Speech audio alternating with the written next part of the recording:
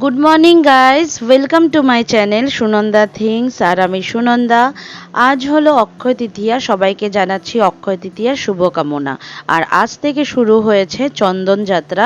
আমি লালগঞ্জ থেকে ফুল নিয়ে এসে গোপুসোনাকে ফুল আর চন্দন দিয়ে সুন্দর করে সাজিয়ে দিয়েছি।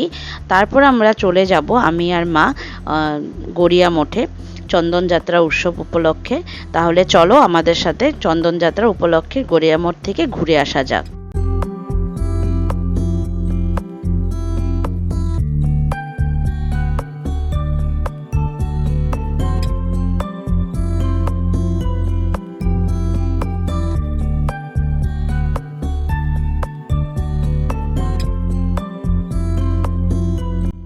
আমরা গড়িয়া মঠ পৌঁছে গেছি, আর মা আগেই ভিতরে ঢুকে গেছে মন্দিরে।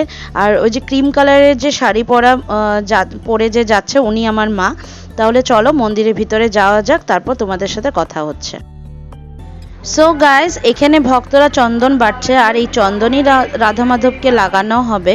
তো চলো আমরাও একটু চন্দন বেটে নিই, তারপর রাধা মাধবকে দর্শন করব।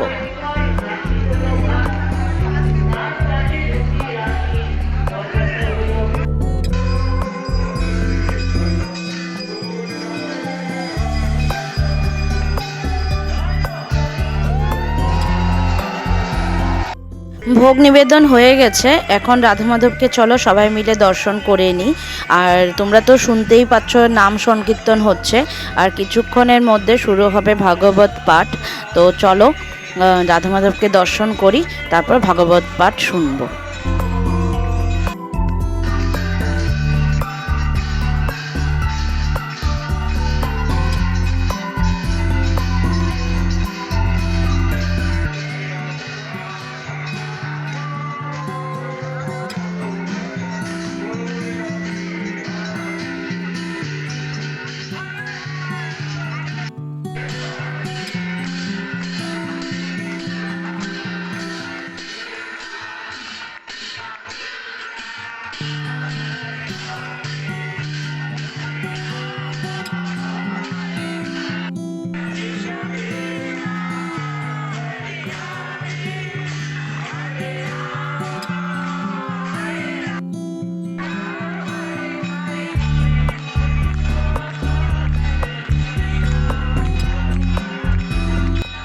আমাদের রাধা মাধবকে দর্শন করা হয়ে গেছে, জগন্নাথ দেবকেও দর্শন করা হয়ে গেছে। আমরা এখন প্রদীপটা জ্বালিয়ে নিচ্ছি। তো আজকের দিনে ঘিয়ের প্রদীপ জ্বালাতে হয়, তো আমরা জ্বালিয়ে নিলাম আমি আর মা। তো এখন প্রদক্ষিণ হবে, তো চলো আমরা প্রদক্ষিণ করে নিই।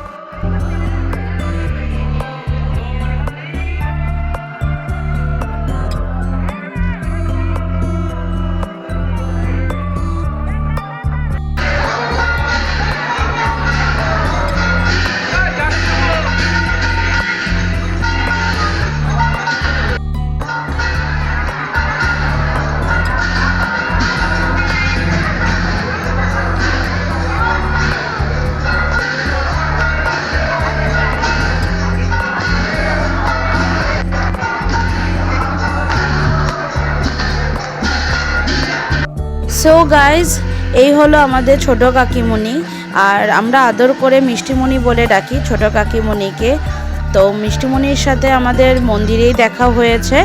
তো সবাই বলে আজকের এই অক্ষয় তৃতীয়ার দিন ভগবানের কাছে কিছু প্রার্থনা করলে সেটা নাকি ভগবান চিরস্থায়ী করে দেয়।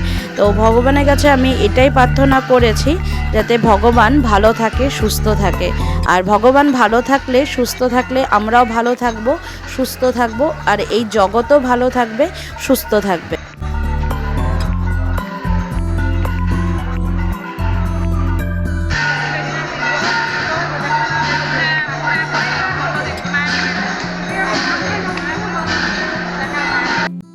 সো গাইস, আমাদের মন্দির প্রদক্ষিণ করা হয়ে গেছে, আর কিছুক্ষণের মধ্যে প্রসাদ বিতরণ করা হবে। আর মন্দিরে এসে দেখলাম একটা বাচ্চার অন্নপ্রাশন হচ্ছে, আর সেটা আমার কাছে খুবই ভালো লেগেছে। আজ অক্ষয় তৃতীয়া আর চন্দন যাত্রার দিনে বাচ্চাটা ভগবানের প্রসাদ মুখে পেয়েছে, মুখে দিয়েছে। তো আমি আশা করছি ভগবান যাতে বাচ্চাটাকে দীর্ঘায়ু করুক, ভালো রাখুক, সুস্থ রাখুক, আর জীবনে অনেক বড় মানুষ হোক। এটাই ভগবানের কাছে প্রে করব। তাহলে চলো প্রসাদ নিয়ে নিই, তারপর আবার তোমাদের সাথে কথা হচ্ছে।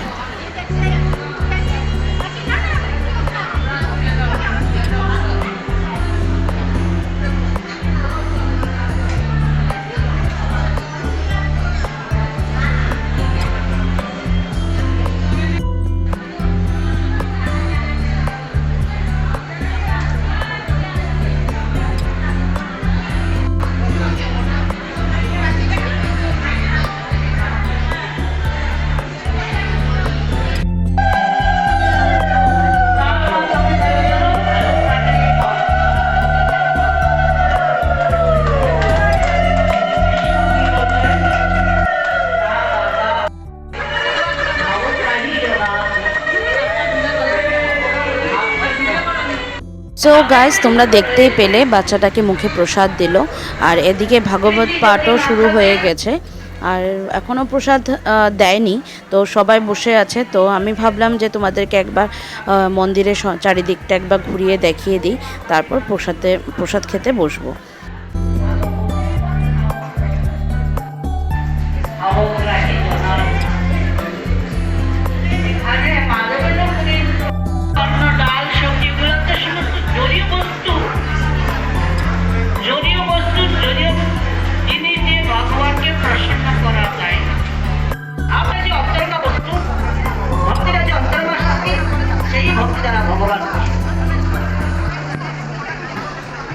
যদ্যপি গোপাল যাব অন্নব্যঞ্জন খাইল, তার হস্তস্পর্শে পূর্ণ তেমনই হইল।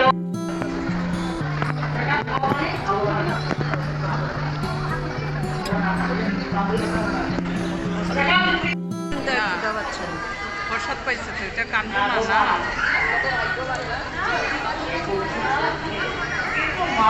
তো গাইস, এখানে প্রসাদ আমাদের সবাইকে দিয়ে দিয়েছে, আর প্রসাদে ছিল মিক্স ভেজ, ডাল, মটরশুঁটি দিয়ে আলুর তরকারি, আরও অনেক রকমের পদ ছিল।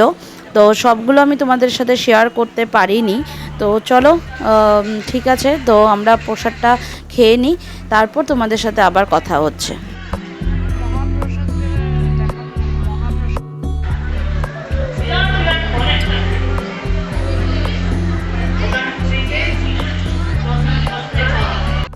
সো গাইস, আমরা বাড়ির পথে রওনা দিলাম, আর আজকের এই ব্লগটা আমি এখানেই শেষ করছি।